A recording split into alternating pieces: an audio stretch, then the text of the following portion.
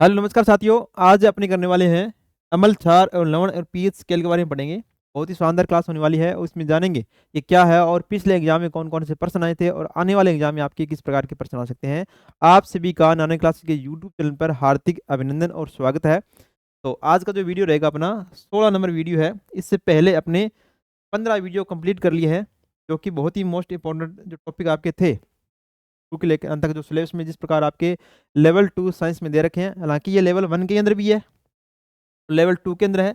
Level 1 और level 2 के अंदर दोनों के लिए बहुत ही शानदार क्लास होने वाली है। तो चलिए स्टार्ट करते हैं। आज का जो टॉपिक अपना अम्ल, क्षार, लवण और पीएच स्केल के बारे में पढ़ेंगे और कौन कौन से मोस्ट प्रश्न बनने वाले हैं वो भी साथ साथ में चर्चा करते रहेंगे। चलिए स्टार्ट करते हैं अपने।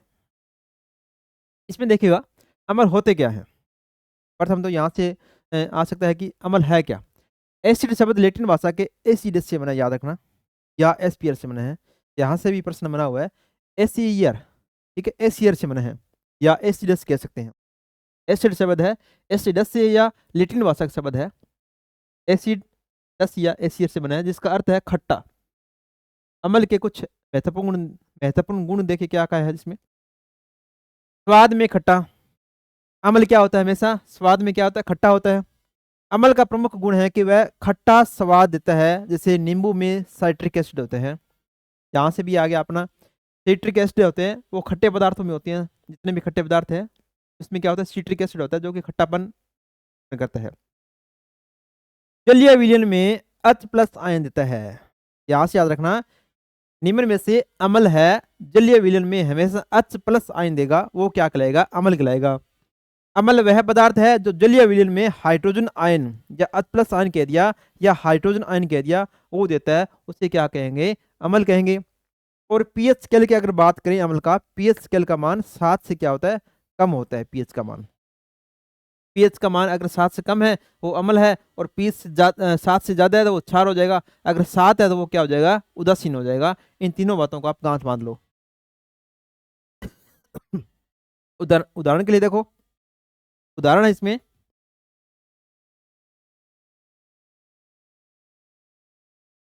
अगर उदाहरण की बात करें, हाइड्रोक्लोरिक एसिड है, HCl है, जब पानी में घुलता है तो ये आयनित होकर क्या करता है, देखो पानी में घोला तो क्या दिया, H प्लस दे दिया इसने। इसका मतलब क्या हो गया, जो भी तत्व पदार्थ H प्लस आयन देगा, हाइड्रोजन आयन देगा, वो क्या हो जाएगा, अम्ल हो जाएगा। इसका अर्थ है कि HCl पानी में घुलने पर हाइड्रोजन आयन और क्लोराइड आयन में टूट जाता है। इसका मतलब ये हो गया हाइड्रोजन क्लोराइड क्लोराइड क्या हो गया, एक अम्ल हो गया। देखो नेक्स्ट, देखो इसमें, ये मोस्ट इंपॉर्टेंट है अम्ल के लिए। यहाँ से प्रश्न मोस्टली बनते हैं, पूछ लिया जाता है कि निम्न में से सिक्के में कौन सा अम्ल है, तो आप क्या बोलोगे, एसिटिक अम्ल है। या पूछ लिया निम्न में से मेलिक अम्ल किस में पाया जाता है, तो आपको याद रखना है सेब के लिए यूनिवर्सल इसका उदाहरण है सेब। हमेशा जो क्वेश्चन पूछा हुआ है कि सेब में निम्न में से कौन सा अम्ल पाया जाता है, तो इसमें मेलिक एसिड होगा। या आपसे पूछ ले ब्यूटेरिक अम्ल किस में पाया जाता है, तो मक्खन में। मक्खन खाया होगा आपने, घरों में अपने मक्खन बनाते हैं, सुबह सुबह बिलोने में मक्खन बनाते हैं तो मक्खन निकलता है, उसमें कौन सा अम्ल होगा, ब्यूटेरिक अम्ल होगा, याद रखना। फॉर्मिक अम्ल मधुमक्खी का डंक है, चींटी का डंक है, उसमें क्या होगा, फॉर्मिक अम्ल होगा। हाइड्रोक्लोरिक अम्ल है, इसमें जैसे जठर है से अमाशा, अमाशय के अंदर कौन सा अम्ल पाया जाता है, हाइड्रोक्लोरिक अम्ल, HCl, ठीक है। साइट्रिक अम्ल है, नींबू है, नींबू कुल के फल जैसे संतरा है, नींबू है, जितने भी खट्टे जो ठीक है, जो होते हैं, फल होते हैं, उनमें क्या पाया जाता है, साइट्रिक एसिड होता है। यूरिक अम्ल किस में पाया जाएगा, मूत्र है, मूत्र में क्या होगा, यूरिक अम्ल पाया जाता है। लैक्टिक अम्ल है, दही है, खट्टा दूध है, उसमें कौन सा पाया जाता है, लैक्टिक अम्ल पाया जाता है। और सियालिक अम्ल किस में पाया जाता है, आंसू में। आंसू में जो होता है सियालिक अम्ल होता है, आंसू हमेशा अम्लीय होते हैं। ऑक्जेलिक अम्ल है, पालक है, टमाटर है, इसमें कौन सा अम्ल पाया जाता है, ऑक्जेलिक अम्ल पाया जाता है। इनको आप स्क्रीनशॉट ले लीजिए या अपने नोट्स में इनको अच्छी तरह से लिख लेना, ये वेरी वेरी मोस्ट इंपॉर्टेंट है। साधारण रूप से अम्ल और क्षार जो जो चैप्टर जिनके भी दे रखे हैं, जो भी जिसकी तैयारी कर रहा है, यहाँ से प्रश्न मोस्टली बनते हैं। देखिए नेक्स्ट, देखिए इसमें आपसे पूछ ले कि बेंजोइक अम्ल किसमें पाया जाता है, तो घास में कौन सा अम्ल होता है, बेंजोइक अम्ल होता है। एस्कॉर्बिक अम्ल जिसको विटामिन सी भी कहा जाता है, जैसे आंवला है, सिट्रस फल है, ठीक है, इसमें कौन सा पाया जाता है, एस्कॉर्बिक अम्ल या विटामिन सी पाया जाता है, कह सकते हैं। सल्फ्यूरिक अम्ल बैटरी में कौन सा होता है, चार्ज करने वाली बैटरी वगैरह होती है अपने घरों में, ट्रैक्टर वगैरह की, गाड़ी वगैरह की, उसमें सल्फ्यूरिक एसिड होता है। टार्टरिक अम्ल किसमें पाया जाता है, इमली है, अंगूर है, कच्चे आम है, जो खट्टे पदार्थ है, खट्टे मीठे पदार्थ होते हैं, उनमें कौन सा होगा, टार्टरिक अम्ल होगा। टेनिक अम्ल, चाय चाय पीते हो ना, चाय में कौन सा अम्ल लेते हो आप, टेनिक अम्ल, याद रखना टेनिक अम्ल होता है इसमें, यानी कि आप अम्ल पी रहे हो, तो मतलब कि आप अम्ल खा रहे हो, अम्ल पी रहे हो, टेनिक अम्ल इसमें, चाय में।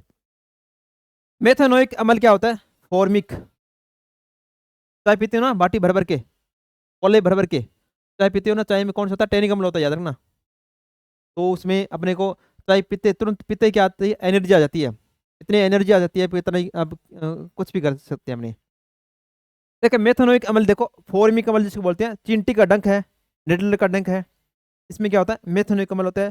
कार्बोनिक अम्ल होता है, सॉफ्ट ड्रिंक या सोडा जो होता है, इसमें कार्बोनिलिक अम्ल होता है, यानी कि इसमें गैस कौन सी होती है, CO2, जो सोडा वगैरह आते हैं उसमें कौन सी गैस होती है, कार्बन डाइऑक्साइड गैस होती है। न्यूक्लिक अम्ल कौन सा होता है, DNA और RNA में कौन सा अम्ल होगा, न्यूक्लिक अम्ल होगा। इस प्रकार के इसमें अम्ल और कुछ उदाहरण दे रखे हैं, इनको अच्छी तरह से रट लेना, याद कर लेना, यहाँ से मोस्टली प्रश्न आपके बनते हैं, ठीक है। चलिए नेक्स्ट देखो, इसमें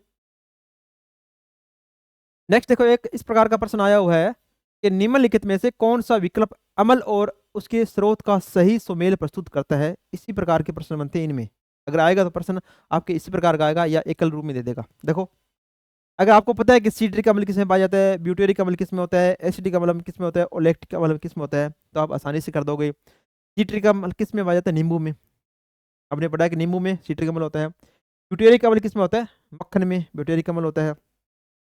एसिटिक अम्ल किसमें होता है, सिरका।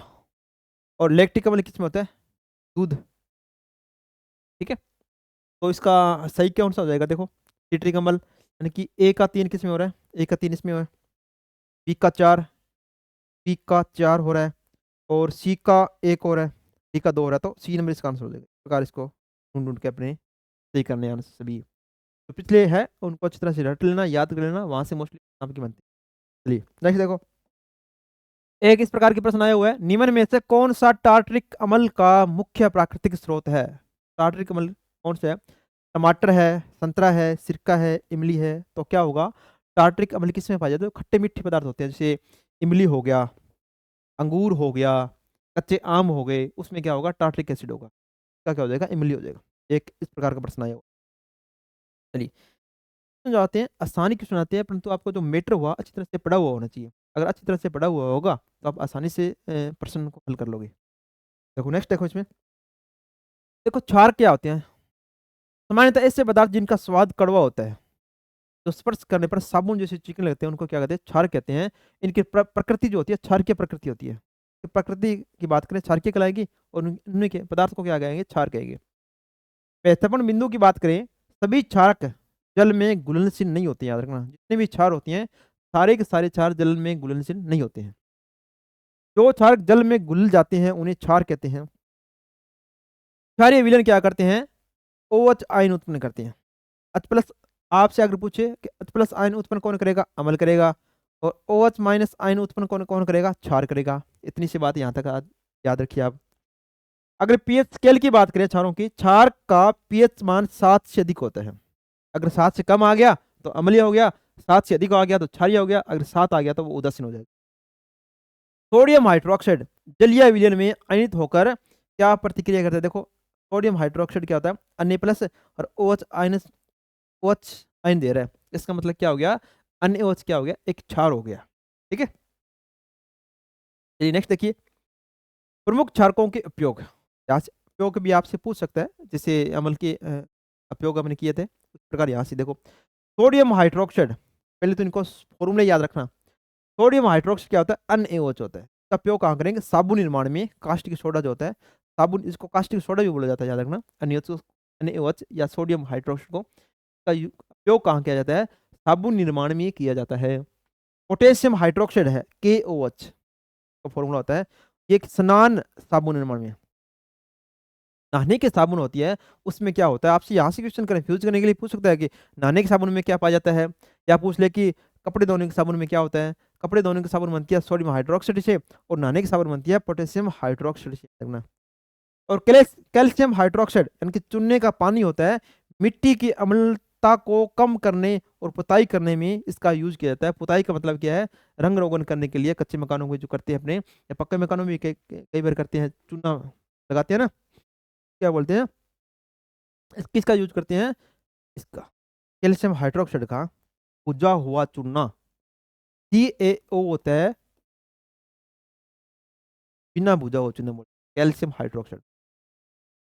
मैग्नीशियम हाइड्रोक्साइड होता है MgOH2, इसका उपयोग कहाँ करेंगे, अम्लता नियंत्रित करने के लिए, मिल्क और मैग्नीशिया, याद रखना, पूछा हुआ है कि अम्लता दूर करने के लिए या पेट की अम्लता दूर करने के लिए, जब अम्लीय पेट हो जाता है या अम्लता की जब संभावना होती है तो किसका यूज करेंगे, मिल्क और मैग्नीशिया। आपसे पूछ ले कि निम्न में से मिल्क और मैग्नीशिया का सूत्र कौन सा है, तो आप क्या बोलोगे, MgOH2 होता है, इसको क्या बोलते हैं, मैग्नीशियम हाइड्रोक्साइड बोलते हैं। ठीक है, इसी प्रकार का प्रश्न आए तो आपको क्या रहना है, एक प्रश्न से 3 प्रश्न बना देगा। मैग्नीशियम हाइड्रोक्साइड का फॉर्मूला है, या कह देगा मिल्क और मैग्नीशियम का फॉर्मूला है, या कह देगा अम्लता नियंत्रित करने के लिए निम्न में से किसका उपयोग करेंगे। ऑप्शन में दे देगा मिल्क और मैग्नीशियम दे देगा, या दे देगा मैग्नीशियम हाइड्रोक्साइड दे देगा, या आपको फॉर्मूला भी दे देगा कि किस का यूज करेंगे। किसी भी तरह से अगर क्वेश्चन आपको सभी तरह से आपने को तैयार रहना है।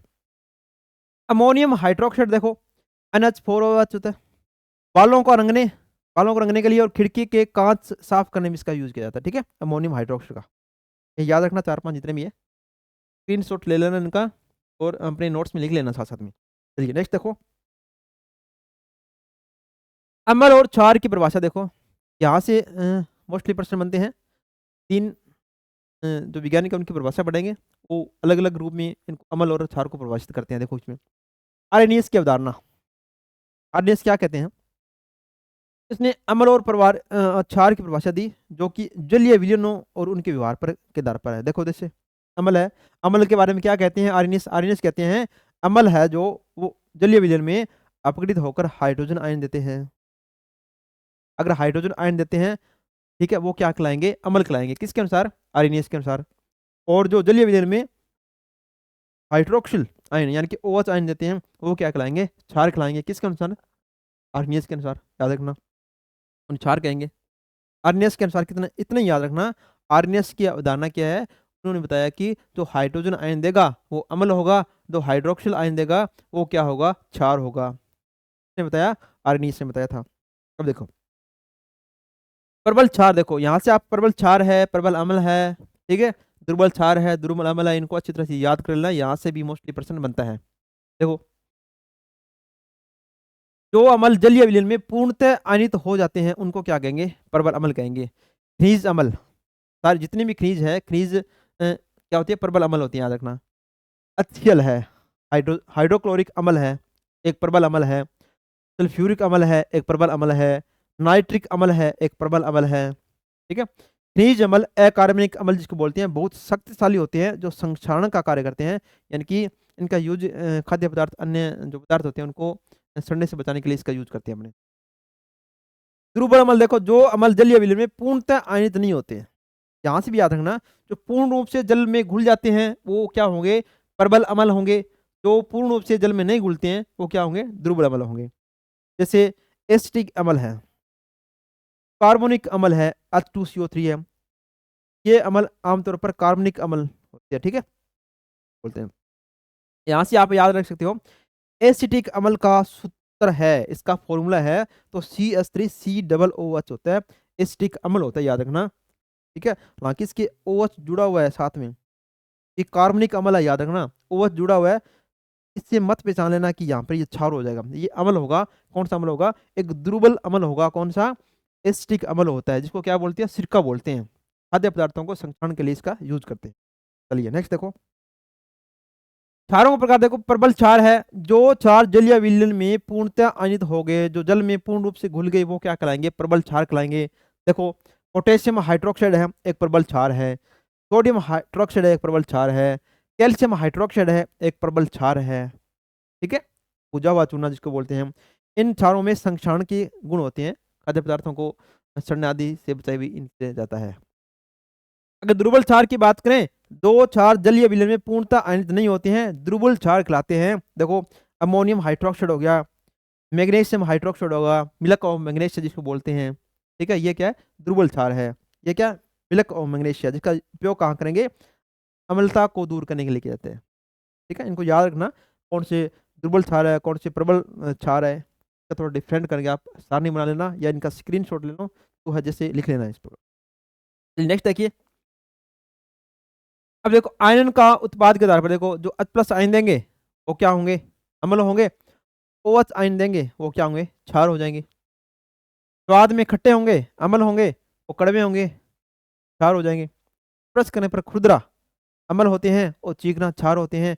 पीएच की अगर बात करें, पीएच अगर 7 से कम है तो अम्ल है, ठीक है, 4 पीएच कम है तो अम्ल है, ज़्यादा है तो 7 से क्या हो जाएंगे, क्षार हो जाएंगे। उदाहरण की बात करें, अक्षल हाइड्रोक्लोरिक एसिड है, सल्फ्यूरिक अम्ल है, एसिटिक अम्ल है, ये क्या होंगे, अम्ल है, ठीक है। सोडियम हाइड्रोक्साइड है, पोटेशियम हाइड्रोक्साइड है, या फिर अमोनियम हाइड्रोक्साइड, ये क्या हो जाएंगे, क्षार हो जाएंगे। अब देखिए, अमर क्षार की ब्रोंस्टेड लोरी संकल्पना अपने बड़ी और नियस संकल्पना पढ़ी, उसके बारे में क्या पढ़ा, इस बारे में केवल आपको इतने याद रखना है, जो H+ आयन देगा, हाइड्रोजन आयन देगा, वो अम्ल हो जाएगा, तो हाइड्रोक्सिल आयन देगा, OH आयन देगा, वो क्या हो जाएगा, क्षार हो जाएगा। इसके बारे में देखो, ब्रोंस्टेड लोरी क्या कहते हैं, इन्होंने अम्ल और क्षार को प्रोटॉन आयन के आधार पर परिभाषित किया है। अगर आपसे पूछ ले, निम्न में से अम्ल और क्षार को प्रोटीन के आदान प्रदान के आधार पर किसने परिभाषित किया है, तो याद रखना, क्या याद रखोगे, ब्रोंस्टेड लोरी संकल्पना है ये, ठीक है। इसमें क्या है, देखो, अम्ल वह पदार्थ जो प्रोटॉन का दान करता है। आपसे पूछ ले कि प्रोटॉन दाता है, निम्न में से अम्ल है, प्रोटॉन दाता या प्रोटॉन ग्राही है, प्रोटॉन दाता, प्रोटॉन देंगे वो अम्ल कराएंगे, और प्रोटॉन को ग्रहण करेंगे वो क्या हो जाएंगे, क्षार हो जाएंगे। किसके अनुसार, किसके अनुसार हो जाएंगे, ब्रोंस्टेड लोरी संकल्पना के आधार पर, ठीक है। अब देखो, संयुग्मी अम्ल क्या होंगे, ये तो अम्ल और क्षार हो गए। अब संयुग्मी अम्ल क्या होंगे, जब एक क्षार प्रोटॉन को ग्रहण करता है, जब एक क्षार क्या करता है, प्रोटॉन को ग्रहण करेगा, तो क्या हो जाएगा, संयुग्मी अम्ल कहलाएगा। संयुग्मी अम्ल भी याद रखना, क्षार आएगा, प्रोटॉन को ग्रहण करेगा। और संयुग्मी क्षार की बात करें, तो अम्ल प्रोटॉन को दान करता है।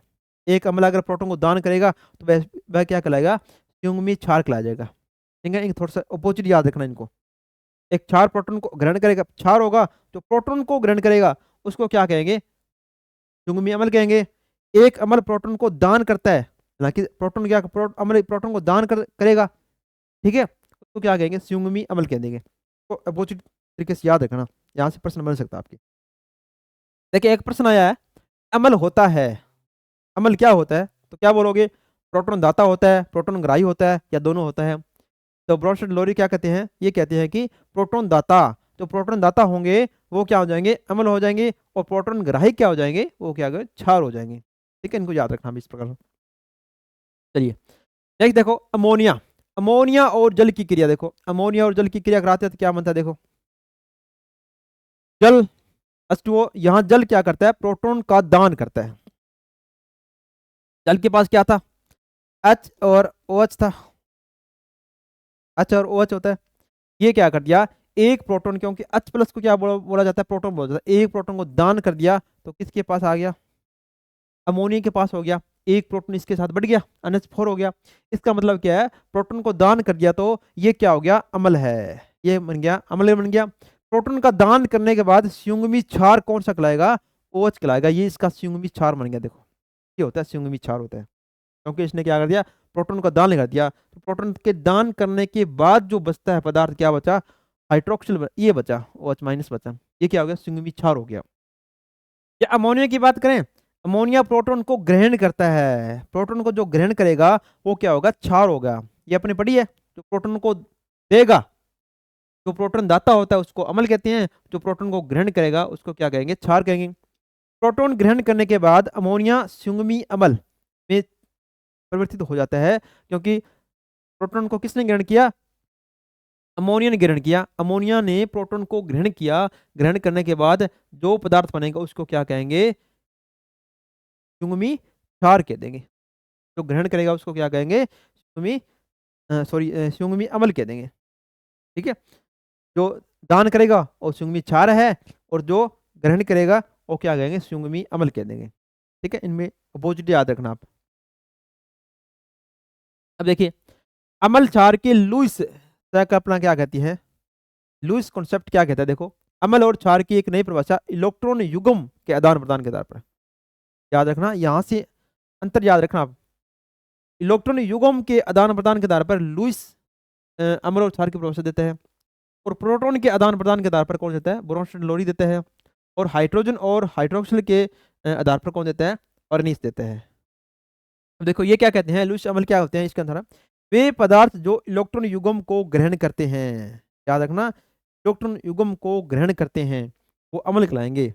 आर्नियस लुईस में और ब्रोंस्टन लोरी है, इसमें कंफ्यूज मत हो जाना। ब्रोंस्टन लोरी है प्रोटॉन के आधार पर देता है, ये क्या कहता है? ब्रोंस्टन लोरी कहता है प्रोटॉन दाता अम्ल कहलाएगा, और प्रोटॉन ग्राही क्या होगा? क्षार कहलाएगा। परंतु ये क्या कहता है? इलेक्ट्रॉन युग्म को ग्रहण करेगा वो अम्ल कहलाएगा। ठीक है, ये पदार्थ आमतौर पर इलेक्ट्रॉन की कमी वाले या धनान होती है। या आप लुईस क्षार की बात करें, वे पदार्थ जो इलेक्ट्रॉन युग्म को प्रदान करते हैं, इलेक्ट्रॉन प्रदान दाता होते हैं, उनको क्या कहते हैं? लुईस क्षार कहते हैं। तो इलेक्ट्रॉन के आदान प्रदान के आधार पर जो अम्ल और क्षार के बारे में बताया, किसने बताया था? लुईस ने बताया था। लुईस कॉन्सेप्ट है। ये पदार्थ आमतौर पर इलेक्ट्रॉन से भरपूर या एकांकी इलेक्ट्रॉन युग्म रखने वाले होते हैं, याद रखना। ठीक है, चलिए नेक्स्ट देखो। इसमें इसकी डेफिनेशन है तीनों की, इनके अंतर करने के बाद अच्छी तरह से याद कर लेना, यहां से मोस्टली प्रश्न बन सकता है। देखो, देखिए, ब्रोन ट्राइफ्लोराइड, देखो अमोनिया से क्रिया करता है, क्या बनता है? इसमें देखो, इसमें ब्रोन का अष्टक अधूरा होता है, यह इलेक्ट्रॉन युग्म ग्रहण करता है। लुईस, ये क्या आ गया? लुईस अम्ल है, क्योंकि इसका क्या होता है? इलेक्ट्रॉन युग्म ग्रहण करता है। ये कौन करता है? Boron trifluoride. इसका मतलब क्या होगा? ये क्या हो गया? लुईस अम्ल है। अमोनिया की बात करें, इसमें एकांकी इलेक्ट्रॉन युग्म होती हैं, याद रखना। अमोनिया में इतना याद रखना आप, अगर क्वेश्चन बनेगा तो यहाँ से एकांकी इलेक्ट्रॉन होते हैं, किस प्रकार होते हैं इसको कोई जानने की आवश्यकता नहीं है आपको। केवल आप यहाँ से इतना याद रखना कि नाइट्रोजन पर एकांकी इलेक्ट्रॉन युग्म होते हैं, वो क्या करते हैं? इलेक्ट्रॉन युग्म प्रदान करता है, अतः लुईस क्षार है। तो अमोनिया क्या हो गया? एक लुईस क्षार है। और ब्रोन ट्राइफ्लोराइड क्या आता है? इसका अष्टक अधूरा आता है। अधूरा होने की वजह से इलेक्ट्रॉन को क्या करेगा? ग्रहण करेगा। इलेक्ट्रॉन को ग्रहण करेगा तो क्या कहला देगा? लुईस अम्ल कहलाएगा ये। ठीक है, और अमोनिया क्या करेगा? इसमें क्या होता है? एकांकी इलेक्ट्रॉन युग्म मौजूद होती है पहले से, तो ये क्या करेगा? इलेक्ट्रॉनों को दान करेगा। इलेक्ट्रॉन को दान करेगा तो क्या होगा? लुईस क्षार कहलाएगा। अब देखो क्वेश्चन इस पर क्वेश्चन बना हुआ है क्या? प्रयोगशाला सहायक में यह था, PF3 ब्रोन ट्राइफ्लोराइड है कि अम्लीयता किस सिद्धांत के आधार पर समझाई जा सकती है? इसकी अगर अम्लीयता समझानी पड़े, किसके सिद्धांत पर? देखो तीनों दे रखे हैं, आर्निस है, लुईस है, ब्रोंस्टन लोरी है, तो किसके आधार पर होगी? लुईस के आधार पर। इस प्रकार के प्रश्न बनते हैं यहाँ से। ठीक है, लुईस के आधार पर इसकी जो अम्लीयता और क्षारीयता की अम्लीयता है, इसकी अवधारणा समझाई जा सकती है। इस प्रकार का प्रश्न आपके आया था। ठीक है, नेक्स्ट देखो। अब देखो, लुईस अम्ल के उदाहरण कौन कौन से लुईस अम्ल है? धनायन, धनायन प्रकृति के होंगे लुईस अम्ल होंगे। इलेक्ट्रॉन की कमी वाले यौगिक जैसे सोडियम है, मैग्नीशियम है, ये क्या होते हैं? धनायन होते हैं। धनायन क्या होंगे? लुईस अम्ल होंगे, क्योंकि लुईस अम्ल क्या होती है? प्रोटॉन को इलेक्ट्रॉन के क्या होते हैं? ग्रहण करते हैं। ठीक है, इलेक्ट्रॉन को ग्रहण करेंगे तो धनायन बना लेंगे। धनायन बनाने के बाद क्या हो जाएंगे? ये लुईस अम्ल कहलाएंगे। जैसे इलेक्ट्रॉन की कमी वाले हैं, इलेक्ट्रॉन की अगर कमी है, इनका इलेक्ट्रॉन क्या कंप्लीट अष्टक, इनका इलेक्ट्रॉन का अष्टक इनका क्या होता है? पूरा नहीं होता है। पूरा नहीं होने की वजह से ये क्या हो गया? लुईस अम्ल है। अष्टक अधूरे वाले जैसे ये है, ब्रोन ट्राइफ्लोराइड है, एल्यूमिनियम क्लोराइड है, इनके में क्या होता है? केंद्रीय परमाणु का अष्टक अपूर्ण होता है। इसके वजह से क्या कहलाएंगे? ये इलेक्ट्रॉन को ग्रहण करेंगे। इलेक्ट्रॉन को ग्रहण करेंगे तो क्या हो जाएंगे? लुईस अम्ल हो जाएंगे। ये प्रश्न पूछ लिया तो आपका ये याद रखना आप। एल्यूमिनियम क्लोराइड के बारे में याद रखना, ये लुईस अम्ल है। या जहां भी आपको इस प्रकार के मिले, प्लस ऊपर मिले, वो क्या हो जाएंगे? लुईस अम्ल हो जाएंगे। ठीक है, धनायन प्रकृति के होंगे। लुईस क्षार के बारे में कैसे याद रखोगे? इलेक्ट्रॉन से भरपूर पदार्थ, इसमें इलेक्ट्रॉन की मात्रा अधिक होगी, जैसे क्लोरीन है, हाइड्रोक्सिल है, याद रखना। जिस पर इस साइन होगा ना, माइनस का साइन होगा, इसको इसका मतलब क्या है, इलेक्ट्रॉन काफी है इस पर, ठीक है, इलेक्ट्रॉन बड़े हुए हैं इस पर, तो ये क्या हो जाएंगे, लुईस क्षार हो जाएंगे। जैसे H2 है, NH3 है, ये क्या लुईस क्षार है। H2 में ऑक्सीजन और NH3 में नाइट्रोजन के पास एकांकी युग्म होते हैं, याद रखना। तो इसकी वजह से ये क्या करते हैं, इलेक्ट्रॉन दाता होते हैं, इलेक्ट्रॉन को प्रदान करने वाले होते हैं, ठीक है, इलेक्ट्रॉन को देने वाले होते हैं। चलिए नेक्स्ट देखो, अम्ल और क्षार के रासायनिक गुणधर्म क्या होते हैं। आपसे पूछ ले, अम्ल की धातुओं के साथ क्रिया करवाती हैं तो क्या क्या बनता है। अम्ल की धातुओं से क्रिया करवाएं तो क्या बनेगा, देखो, अम्ल धातुओं के साथ क्रिया करके लवण और हाइड्रोजन गैस बनाता है। आपसे मोस्टली प्रश्न यहाँ से पूछ सकता है कि जब एक धातु की अम्ल से क्रिया करवाई जाती है तो निम्न में से किस गैस का निर्माण होता है, तो आप क्या बोलोगे, हाइड्रोजन गैस का निर्माण होता है। इसका, हाइड्रोजन गैस का, लवण का और हाइड्रोजन गैस का। अब देखो, जिंक है, जिंक की क्रिया करवाई किसके साथ, सल्फ्यूरिक अम्ल की, तो कौन सी गैस बनी, हाइड्रोजन। यहाँ से प्रश्न बनेगा, देखो प्रकार बनेगा कि जिंक की अम्ल या अम्ल के साथ क्रिया करवाने पर, या आप पूछ ले दे दे कि सल्फ्यूरिक अम्ल के साथ क्रिया करवाई गई तो किस गैस का निर्माण हुआ, तो आप क्या बोलोगे, कोई भी अम्ल, कोई भी धातु है उसकी अम्ल के साथ क्रिया करवाएंगे तो गैस हमेशा हाइड्रोजन गैस ही बनेगी, याद रखना। किसकी गैस है, हाइड्रोजन गैस बनेगी। अब देखो, हाइड्रोजन की उपस्थिति का इस प्रकार पता करें, परीक्षण करेंगे। जलती हुई मोमबत्ती के पास ले जाने पर फट फट की आवाज आती है, इसका मतलब क्या है, साथ गैस जलना स्टार्ट होती है, क्योंकि हाइड्रोजन गैस जलने में सहायक होती है ना। तो जब भी जिंक और हाइड्रोजन गैस की या धातु की अम्ल के साथ क्रिया करवाएंगे तो वहां पर गैस निकलेगी, कौन सी, हाइड्रोजन। अब पता लगाएंगे हाइड्रोजन गैस है या नहीं, तो उसके पास कोई जलती हुई तिल्ला, जलता हुआ तिल्ला ले जाए या जलती हुई मोमबत्ती ले जाए उसके पास, तो फटफट की आवाज के साथ वो ठीक है जलेगी, तो इसका मतलब कि वहां पर कौन सी गैस होगी, हाइड्रोजन गैस होगी। एक याद रखना, पित्तल और तांबे के बर्तनों में दही या खट्टे पदार्थ क्यों नहीं रखना चाहिए, यहाँ से प्रश्न बन सकता है। दही व खट्टे पदार्थ अम्लीय प्रकृति के होते हैं, याद रखना, और ये तांबे और पित्तल के साथ प्रतिक्रिया करके विषैले लवण बनाते हैं, इसलिए ऐसे पदार्थों का इन बर्तनों में नहीं रखना चाहिए, क्योंकि विषैले लवण का निर्माण कर लेंगे ये। इसकी वजह से कभी भी आप देखना, घरों में जो तांबे के बर्तन हैं, पित्तल के बर्तन हैं, उसमें खट्टे पदार्थ नहीं रखे जाते हैं, ठीक है, ये याद रखना, यहाँ से प्रश्न आपके बन सकता है। चलिए नेक्स्ट देखिए, इसमें नेक्स्ट है, क्षारों का धातुओं के साथ अभिक्रिया। क्षार होते हैं धातुओं के साथ अभिक्रिया, सभी धातु होती है क्षार के साथ प्रतिक्रिया करके हाइड्रोजन गैस नहीं बनाते, याद रखना। जितने भी क्षार हैं, सभी क्षार धातुओं के साथ क्रिया करके, या सभी धातु है, जितने भी धातु है ना, क्षार के साथ प्रतिक्रिया नहीं करते हैं, कुछ ये करते हैं, जैसे यहाँ पर दिखा गया है।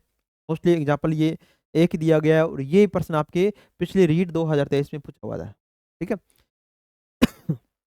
जिंक का सोडियम हाइड्रोक्साइड के साथ अभिक्रिया करवाने पर इस गैस का निर्माण होगा, और क्या निर्माण होगा, देखो इसमें करवाने पर क्या बनता है, जिंक है, सोडियम हाइड्रोक्साइड है, तो क्या बनेगा, मैंने यहाँ पर सोडियम जिंकेट का निर्माण हो गया और हाइड्रोजन गैस निकल गई, हाइड्रोजन गैस और सोडियम जिंकेट का निर्माण हो गया, ठीक है। देखो क्वेश्चन किस प्रकार आया था, प्रश्न आया था आपके, ये प्रश्न आया था रीट मैच 2023 में, जिंक के सोडियम हाइड्रोक्साइड से अभिक्रिया करवाने पर क्या बनता है, तो क्या बनेगा, सोडियम जिंकेट और हाइड्रोजन गैस बनेगी, ये प्रश्न पूछ लिया। देखो सोडियम जिंकेट और हाइड्रोजन, क्योंकि यहाँ से मोस्टली जो आपकी प्रश्न बनते हैं, मोस्ट एकदम होता है, अंदरूनी प्रश्न ज़्यादा नहीं बनते हैं, मोस्ट जो बात कही होती है वही बनती है। जैसे ये यहाँ पर आपने बताया कि क्षार होते हैं, जो अधिकतर क्षार होते हैं धातु के साथ क्रिया नहीं करते, परंतु जिंक धातु ये क्षार के साथ क्रिया कर रहा है, तो सोडियम जिंकेट का निर्माण और हाइड्रोजन गैस का निर्माण कर रहा है, याद रखना आप, ठीक है।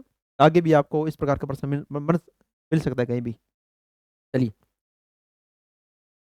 अब देखिए, अम्ल और अम्ल का धातु कार्बोनेट है, और हाइड्रोजन कार्बोनेट के साथ क्रिया कराने पर क्या बनेगा, तो याद रखना, जब अम्ल धातु धातु के साथ क्रिया की थी तो हाइड्रोजन गैस और लवण का निर्माण कर रहा था, ठीक है। अब आपसे पूछ ले कि धातु धातु अम्ल है, धातु कार्बोनेट से और हाइड्रोजन कार्बोनेट के साथ क्रिया करेगा तो क्या बनाएगा, अम्ल धातु कार्बोनेट या हाइड्रोजन कार्बोनेट के साथ अभिक्रिया करके लवण और कार्बन डाइऑक्साइड गैस का निर्माण करता है, याद रखना, कार्बन डाइऑक्साइड गैस का निर्माण करेगा।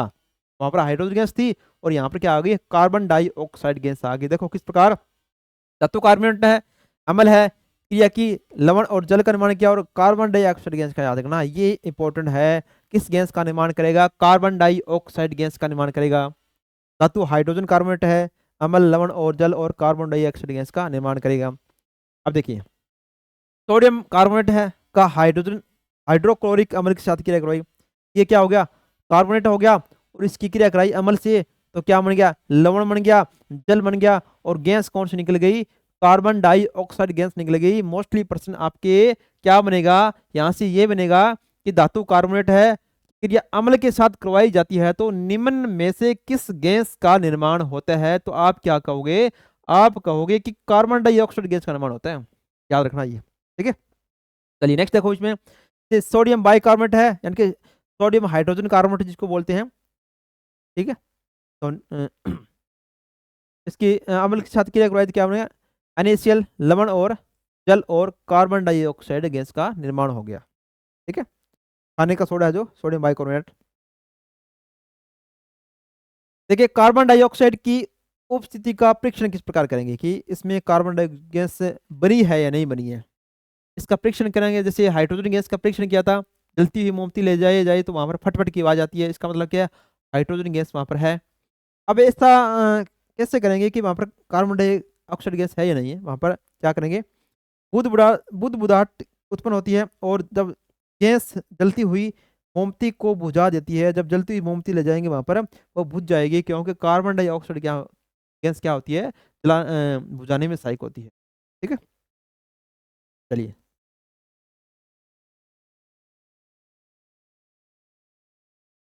आपने देखा होगा जो सिलेंडर होते हैं ना, आग बुझाने वाले सिलेंडर होते हैं, उसमें सोडियम बाइकार्बोनेट का यूज करते हैं, सोडियम बाइकार्बोनेट का यूज करते हैं, और अम्ल का यूज करते हैं। क्यों करते हैं, इसी वजह से करते हैं वहां पर, कि जब उसको चलाया जाता है, तो जब अम्ल और सोडियम बाइकार्बोनेट मिलेंगे तो कार्बन डाइऑक्साइड गैस निकलेगी। जब आग लगी हुई है तो सिलेंडर गैस, छोटे छोटे सिलेंडर होते हैं ना आग बुझाने वाले, जब उनको चलाया जाता है तो वहां पर कार्बन डाइऑक्साइड गैस निकलेगी, और कार्बन डाइऑक्साइड गैस क्या करेगी, उस आग को बुझा देगी, ठीक है। ये भी याद रखना आप। चलिए नेक्स्ट देखो, चूने के पानी के साथ कार्बन डाइऑक्साइड का परीक्षण करते हैं अपने। चूने का पानी है, अब चूने का पानी कौन सा होता है, कैल्शियम हाइड्रोक्साइड, जो आपने पढ़ा था। क्या होता है, जब CO2 को गैस को चूने का पानी, अब आपसे पूछ ले कि निम्न में से चूने का पानी का सूत्र है, तो आप क्या बोलोगे, कैल्शियम हाइड्रोक्साइड है चूने का पानी, कि बुझा हुआ चूना भी कहते हैं इसको, में प्रवाहित किया जाता है तो कैल्शियम कार्बोनेट यानी कि COCO3 के कारण इसका घोल क्या हो जाता है, दूधिया हो जाता है।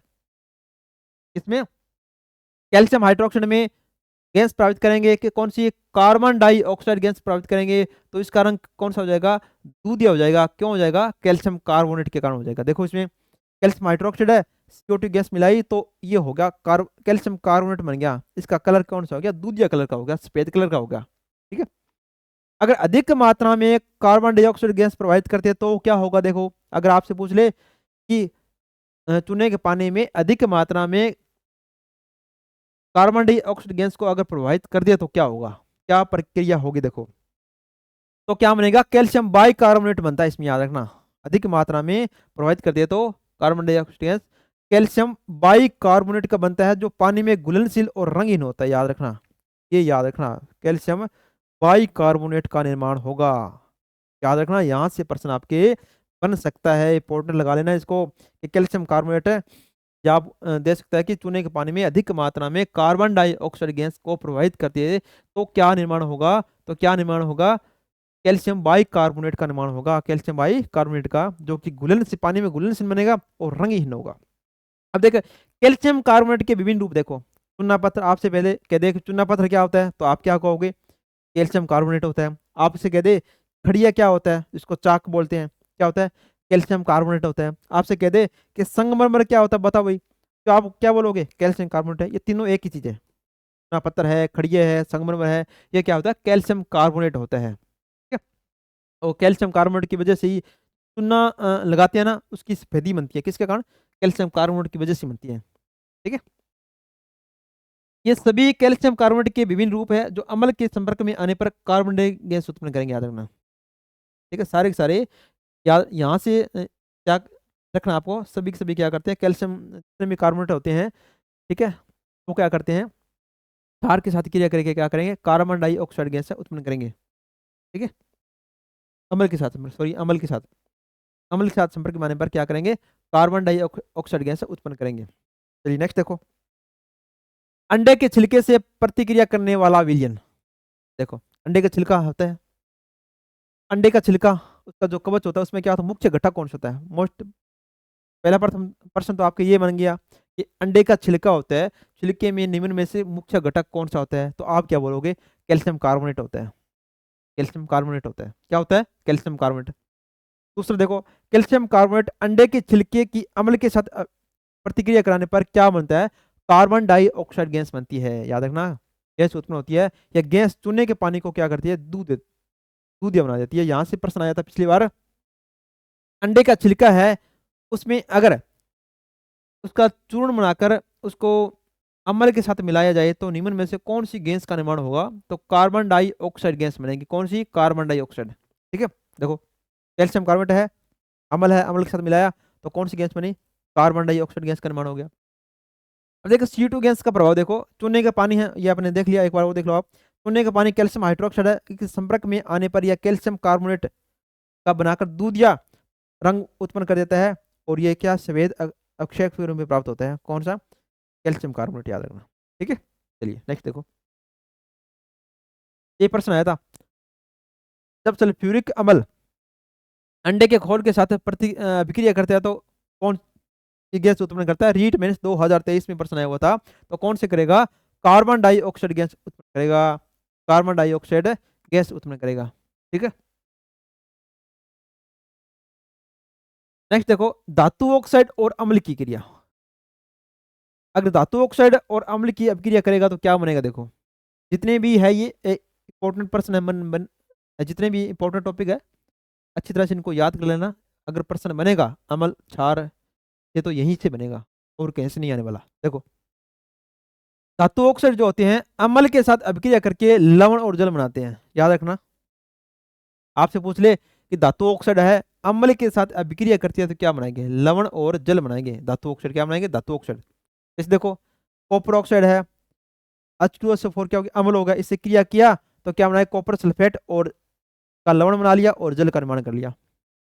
ठीक है, धातु ऑक्साइड कॉपर ऑक्साइड है, इसे क्षारकीय ऑक्साइड क्या कहते हैं, क्षारकीय ऑक्साइड कहा जाता है, क्योंकि ये अम्लीय गुणों को उदासीन कर देता है, अम्लीय गुणों को उदासीन करने का कार्य करता है, कौन करता है, copper oxide, CuO, copper oxide, बिना भुजा हुआ चूना भी बोलते हैं, नहीं नहीं ये नहीं है, बिना भुजा हुआ चूना Ca होता है, कैल्शियम ऑक्साइड होता है, कैल्शियम ऑक्साइड होता है, याद रखना, मैंने गलत बता दिया, धातु ऑक्साइड कॉपर ऑक्साइड है ये।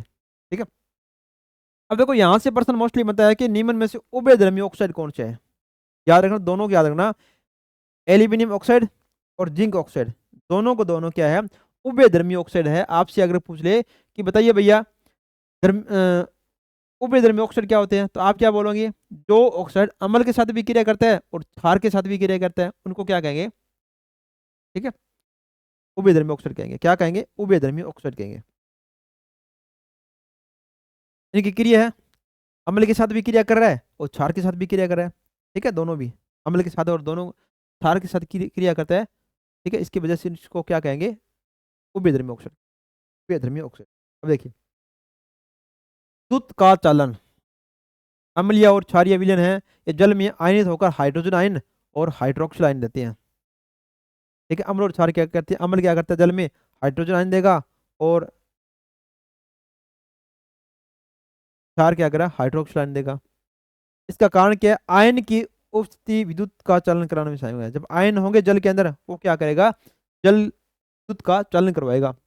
और उपयोग कहाँ पर होता है, ये विद्युत अपघटन के रूप में उपयोग किए जाते हैं। जैसे अशुद्ध जल है, अशुद्ध जल शुद्ध जल होता है, विद्युत का कुचालक होता है, याद रखना, अशुद्ध जल आपसे पूछ ले कि विद्युत का चालक होता है या कुचालक, तो जल का कुचालक होता है।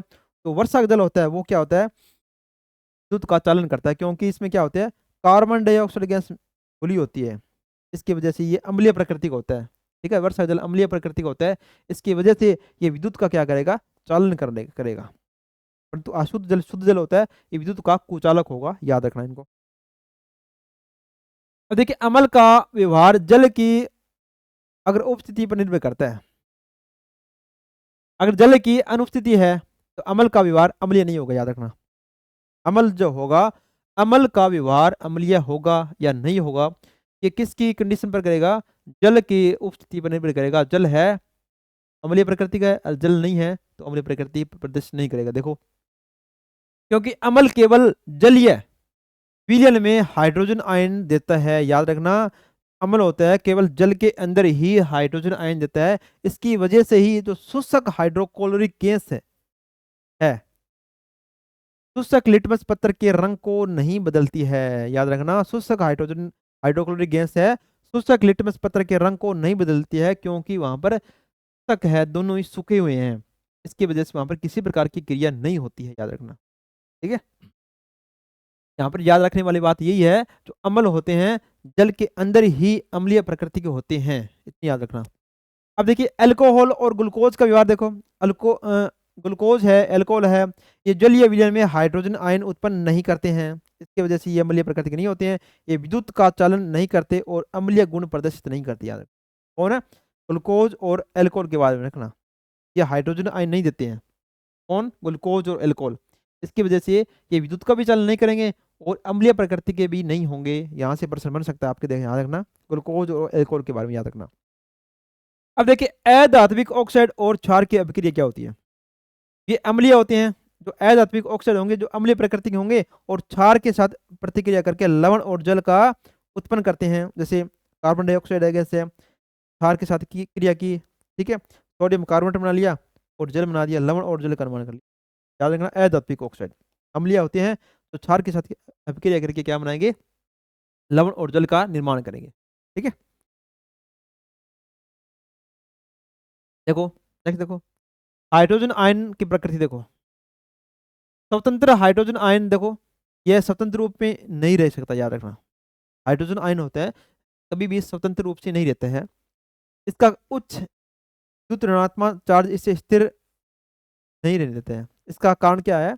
इसके जो उच्च विद्युत ऋणात्मकता है, चार्ज होता है उस पर, इसकी वजह से ये स्वतंत्र रूप से नहीं रहता। ये जो रहता है, देखो यह जल अणुओं से जुड़कर हाइड्रोनियम आयन के रूप में रहता है, याद रखना।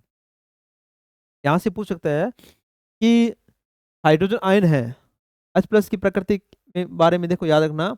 ये स्वतंत्र रूप से नहीं रहता है। ये किस रूप में रहता है? हमेशा हाइड्रोनियम आयन के रूप में रहता है। हाइड्रोनियम आयन के रूप में, यानी कि H3O प्लस के रूप में ये रहेगा। ठीक है, जल के साथ रहेगा हमेशा। क्योंकि पिछले मैंने जाना था कि पदार्थ अम्लीय प्रकृति का कब दर्शाएगा? जब जल की मात्रा होगी। जल के बिना वो अम्लीय प्रकृति का नहीं दर्शाएगा। इस प्रकार, क्योंकि H प्लस किसका साइन है? अम्ल का है। अम्ल किसके साथ रहेगा? जल के साथ रहेगा। तो क्या बनाएगा? हाइड्रोनियम आयन के रूप में रहेगा। हाइड्रोजन आयन को लिखने के लिए सदैव H प्लस या हाइड्रोनियम आयन जिसको H3O प्लस का यूज करते हैं, याद रखना। ठीक है, इन दोनों को याद रखना आप। H प्लस है अम्ल को लिखने के लिए, या H3O प्लस है। अब देख नेक्स्ट देखो, अम्ल एवं क्षारक की अभिक्रिया देखो। उदासीनीकरण की अभिक्रिया। अम्ल और क्षार की प्रतिक्रिया होती है तो लवण और जल बनाते हैं। जब अम्ल की और क्षार की क्रिया करवाएंगे तो क्या बनाएंगे? लवण और जल का निर्माण करेंगे। देखो ये इस अभिक्रिया को क्या कहेंगे? उदासीनीकरण की अभिक्रिया कहेंगे। जो रासायनिक अभिक्रिया में पढ़ा था आपने, वो चीज़ है। अम्ल और क्षार की क्रिया करवाई तो लवण और जल का निर्माण हुआ। जैसे अनिवार्य है, सोडियम हाइड्रोक्साइड है और हाइड्रोजन क्लोराइड है। ठीक है, क्या बना? लवण, सोडियम क्लोराइड बना लिया, जल का निर्माण कर लिया। अम्ल और क्षार की उदासीनीकरण अभिक्रिया क्या होती है? उष्माक्षेपी अभिक्रिया होती है। उष्माक्षेपी अभिक्रिया का मतलब क्या हो गया?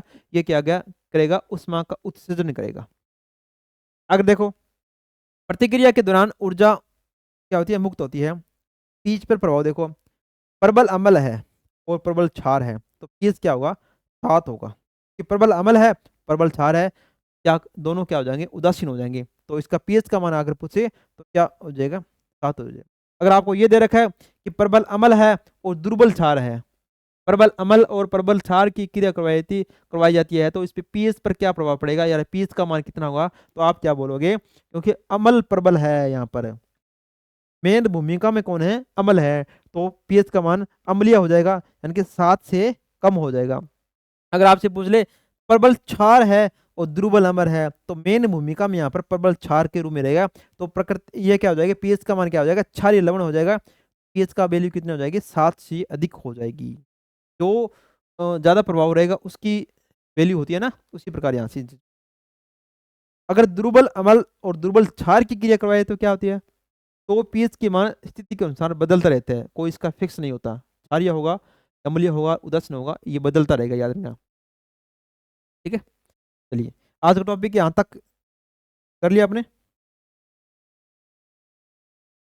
ठीक है, नेक्स्ट जितना भी रहेगा नेक्स्ट वीडियो में अपने करने वाले हैं। तो वीडियो को लाइक और शेयर जरूर कर देना, और कमेंट भी जरूर करना किस प्रकार के वीडियो लग रहे हैं आपको। धन्यवाद, और मिलते हैं नेक्स्ट वीडियो में। धन्यवाद दोस्तों, धन्यवाद।